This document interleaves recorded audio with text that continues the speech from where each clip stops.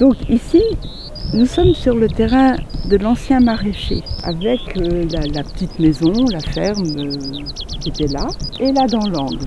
Et c'est là qu'un front bâti est prévu par le promoteur. Un front bâti à R+4, R+6, et dans l'angle là-bas, R+7. Alors le projet immobilier comprend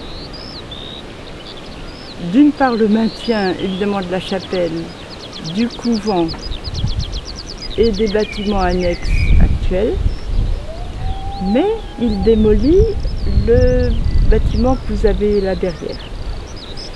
Et il construit le long de l'impasse, il construit 150 logements formant 9900 m² de surface de plancher, qui représente 1,5 fois des surfaces de plancher actuelles.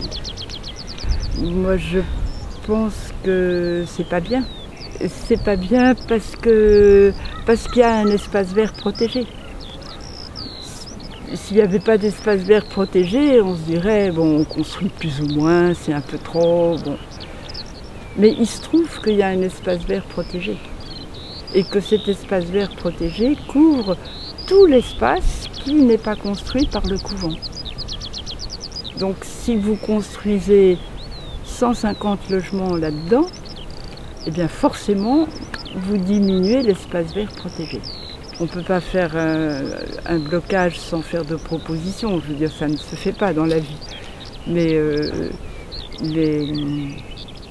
oui, il y a une association qui s'est créée, dont je fais partie, et on envisage évidemment, si jamais le permis de construire est délivré, nous envisageons de faire un recours pour protéger l'espace vert protégé, qui devrait être protégé.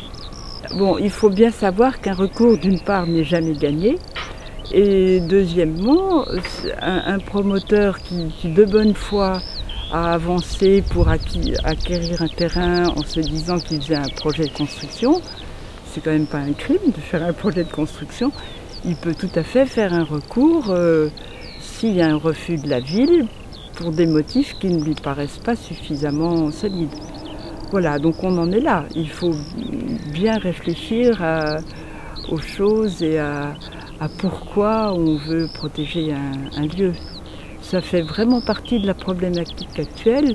Jusqu'à quel point est-ce que la densification urbaine est en soi une justification? Est-ce que la densification, parce qu'ici ça serait une très forte densification urbaine, est-ce que ça se justifie dans tous les cas? Et bien évidemment la crise du coronavirus l'a démontré, il y a des limites à la densité. Donc ça nous pose la question de la densité dans Paris.